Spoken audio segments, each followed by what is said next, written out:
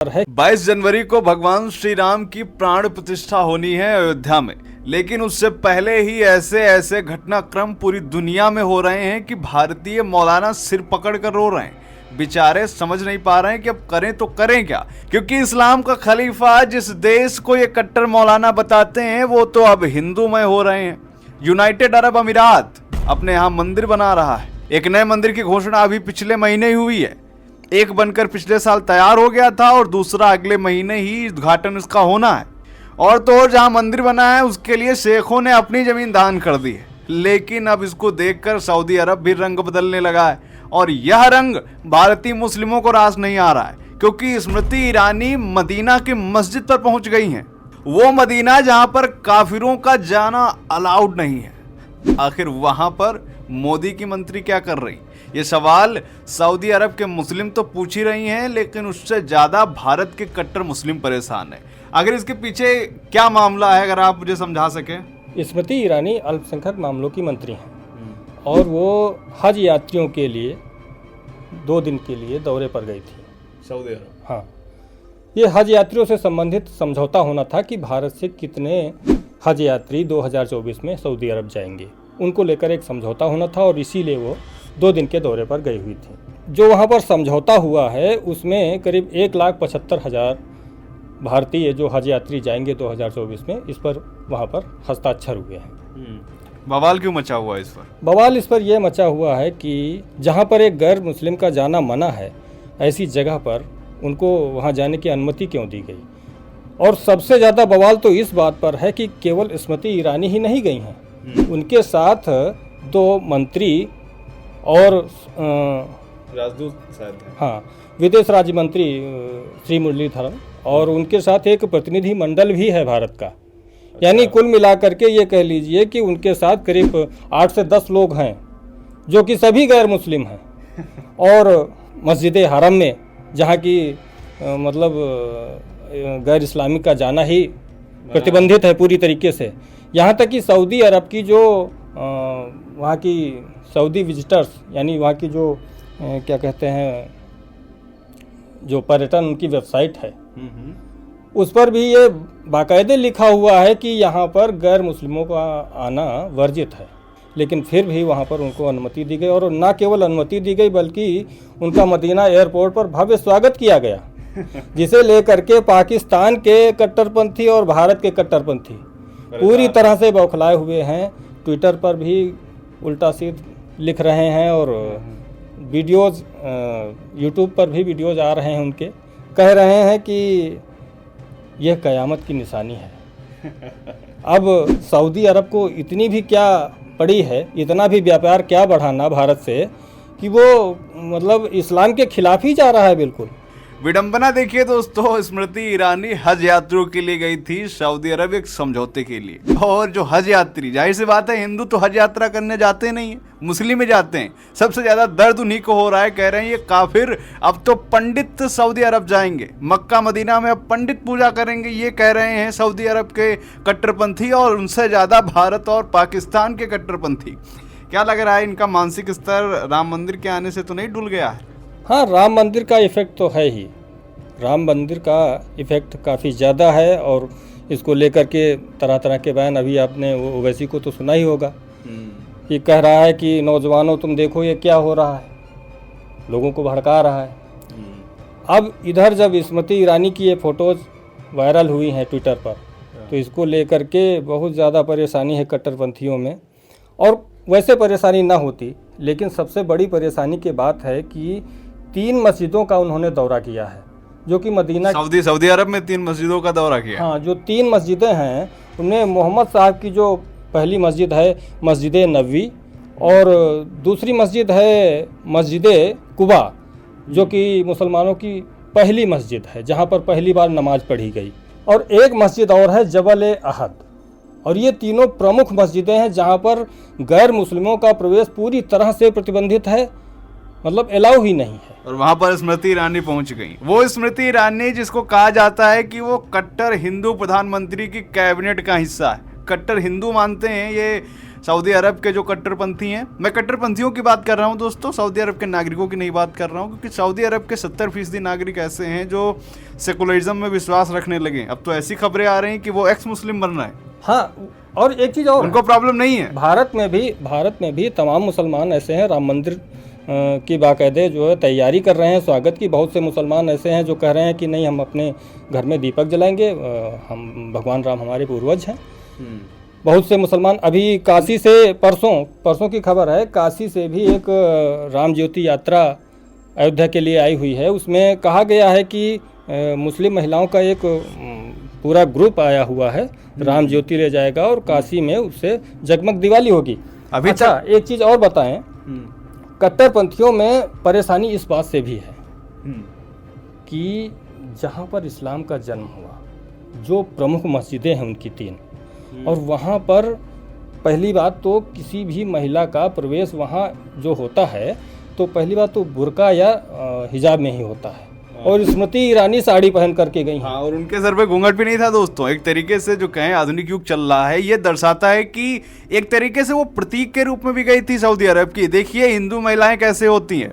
हम किसी ऐसे धर्म में नहीं रह सकते हैं जहाँ पर इस जो महिलाएं हैं उनको कंट्रोल किया जाए। हिंदू धर्म में महिलाओं को कंट्रोल नहीं किया जाता। इसका एक तरीके से वहाँ पर प्रतीक के रूप में सऊदी अरब में गई थी स्मृति ईरानी, और जाहिर सी बात है जो अरब की महिलाएं हैं जब उनको देखेंगी तो जाहिर सी बात है थोड़ा बहुत इन्फ्लुएंस तो होंगी हिंदू धर्म से। यह भी एक कारण है कि ये बवाल अब तक मचा हुआ है। अभी तक हम ये देख रहे थे कि अभी सेकुलरिज्म भारत निभा रहा था, जाहिर सी बात है अभी भी सेकुलरिज्म भारत निभा रहा है। प्रधानमंत्री मोदी की भी एक खबर आई है कि वो अजमेर दरगाह में, मोइनुद्दीन चिश्ती दरगाह में वो एक चादर भेजेंगे। तो भाई जब भारत का प्रधानमंत्री इस तरह सेकुलरिज्म निभा रहा है, अजमेर में वो अजमेर दरगाह में वो जो चादर भिजवा रहे हैं, सिर्फ मोदी नहीं उनके कई कैबिनेट मंत्री ऐसा कर चुके हैं, तो सऊदी अरब में अगर ऐसा हो गया तो उससे क्या प्रॉब्लम है भाई? क्या दिक्कत है इससे? अगर सऊदी अरब की उन 3 मस्जिदों में स्मृति ईरानी कोई खास ऐसा तो नहीं कि आम आदमी, भाई वो कैबिनेट मंत्री, उनका एक अहम दर्जा है, दोनों देशों के जो संबंध है वो इससे मजबूत होंगे। हाँ, इसीलिए जाहिर सी बात है, अगर वो गई हैं तो इससे इतनी ज्यादा क्या समस्या हो गई कि पूरा बवाल कटा हुआ है। 2 दिन से ट्रेंड चल रहे हैं, बाकायदा हिंदुओं को गाली दी जा रही है, और सऊदी अरब को सबसे ज्यादा गाली पड़ रही है ये जो कन्वर्टेड मुस्लिम है। और दोस्तों ये कन्वर्टेड मुस्लिमों को सऊदी अरब मुस्लिम ही नहीं मानता। एक बार सऊदी प्रिंस से कह चुके हैं कि ये सब 2ym दर्जे के मुसलमान हैं, सब कन्वर्टेड हैं, असली मुसलमान है ही नहीं, हम इनको मुसलमान ही नहीं मानते। लेकिन जिनको सऊदी अरब मुसलमान नहीं मानता वो आज उछल रहे हैं। क्या कारण है इसके पीछे? वही है ना कि यहाँ पर दोस्तों ये मीम देखिए तब ज़्यादा समझ आएगा आपको। कहते नहीं हिजड़ा ज़्यादा मटक के चलता औरत से। दरअसल कट्टरपंथियों की समस्या ये है कि उनका दूसरों को कहते हैं कि हम अल्लाह से के अलावा किसी से डरते नहीं हैं, हमारा धर्म बहुत मजबूत है, लेकिन इसके हमारे अंदर जज्बा ज़्यादा है, लेकिन इसके अलावा उनका धर्म इतना कमज़ोर है कि मात्र कोई अगर उनकी मस्जिद का दौरा कर ले तो उनका धर्म खतरे में आ जाता है। जबकि हम तो स्वागत करते हैं, हमारे किसी भी मंदिर में कोई भी आ सकता है, कभी भी आ सकता है। और अभी मोहम्मद बिन सलमान जब आए थे भारत यात्रा पर तो उनको दौरा भी कराया गया था बाकायदा। जब वो G20 समिट में आए थे तो ये तस्वीरें आप देखिए दोस्तों, यहाँ पर इन तस्वीरों में आप साफ देख सकते हैं कि यहाँ पर नटराज की मूर्ति रखी हुई है। बाकायदा जब प्रधानमंत्री मोदी के साथ उनका फोटो शूट हो रहा है तो पीछे आप चक्र देख सकते हैं। भाई हमको तो नहीं प्रॉब्लम है यार, कोई भी आए, हमारा जो भगवान है वो किसी गैर मजहबी का अगर वहाँ पे आता है हमारे धर्म में तो हमें तो स्वागत करना चाहिए भाई कि तुम आ रहे हो। ये ऐसा क्या हो गया कि मार हल्ला काटे जा रहे हैं? भाई जाहिर सी बात है, इसका क्या कहें हम, जाहिर सी बात है इसका मतलब यही हुआ कि क्या कोई धर्म इतना संकुचित हो सकता है? क्योंकि इसमें धर्म पर सवाल उठाना पूरी तरीके से गलत होगा, क्योंकि धर्म भाई जहाँ से जिस धर्म का उदय हुआ अरब से हुआ।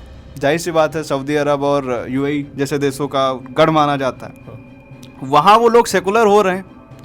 अब यहाँ के कट्टरपंथी ऐसा हो रहे हैं तो क्या माना जाए कि ये वो उस धर्म को फॉलो ही नहीं करते? भाई जाहिर से यही बात है, क्योंकि धर्म तो एक ही है। आप उसी धर्म को मानते हैं जो सऊदी अरब में है और यूनाइटेड अरब अमीरात में है।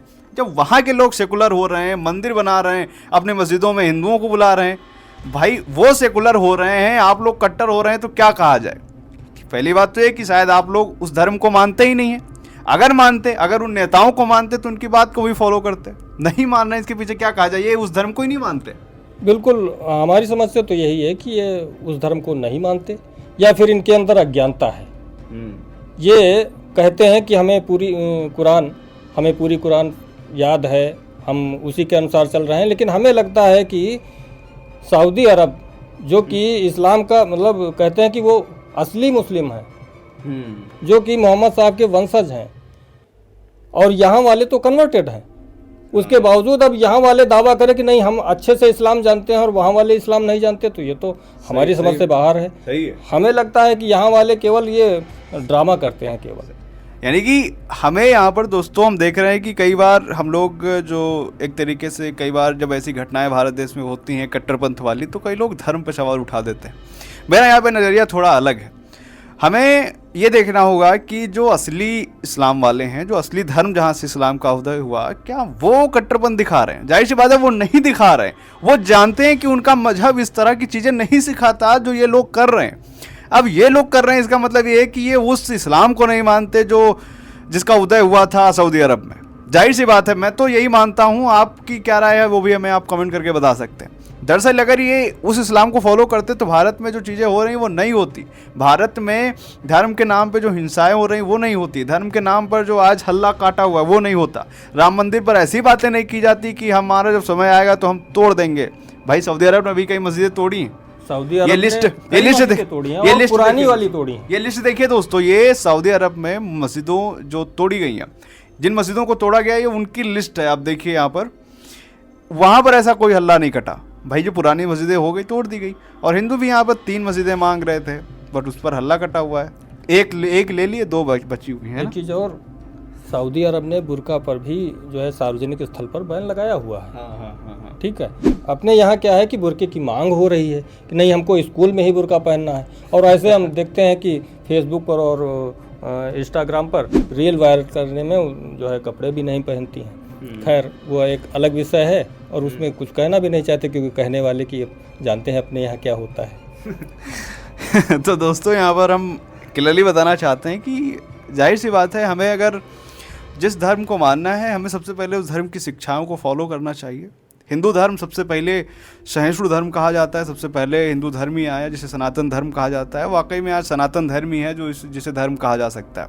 तमाम लोग तो इसे धर्म भी नहीं मानते, उस परिप्रेक्ष्य में बात नहीं कर रहा हूँ, क्योंकि धर्म इसलिए नहीं मानते क्योंकि यह जीवन जीने की शैली है। हालांकि कुछ अच्छे मुस्लिम भी हैं जो कह रहे हैं कि इससे धर्म और संस्कृति के विषय में एक दूसरे को समझने में आसानी होगी।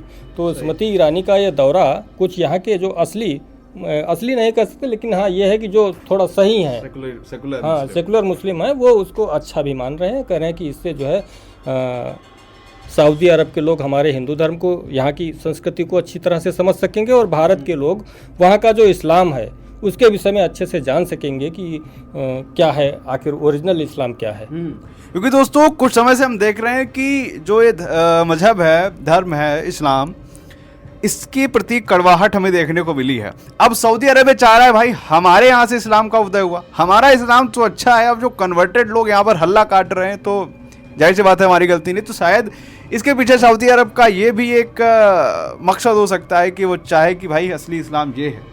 हम लोग इतने कट्टर नहीं है, हम लोग इतने कट्टर नहीं है, वो बताना चाह रहा है। लेकिन जो नकली वाले हैं, फिर से यह मीम देखिए दोस्तों, कहते नहीं हिजड़ा ज्यादा मटक के चलता औरत से। ये नकली वाले जो लोग हैं इनको बड़ी समस्या हो रही है। तो दोस्तों अपनी राय हमें कमेंट करके अवश्य बताएं, और ऐसे ही और वीडियोस पाना चाहते हैं तो सब्सक्राइब कर लें हमें। मिलते हैं आपसे अगले वीडियो में, तब तक के लिए जय हिंद, जय भारत, वंदे मातरम।